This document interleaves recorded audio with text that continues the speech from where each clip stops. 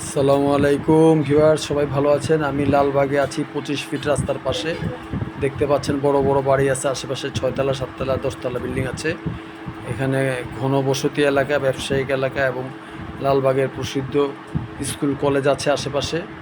এটা 25 ফিট রাস্তার পাশে একটা 2 কাঠার বাড়ি দেখাবো। 3 তলা বাড়ি, যে হলুদ কালার বাড়িটা দেখতে পাচ্ছেন, নিচে দোকান আছে। এটা দুই দিকে রাস্তা আছে, কর্নার প্লট।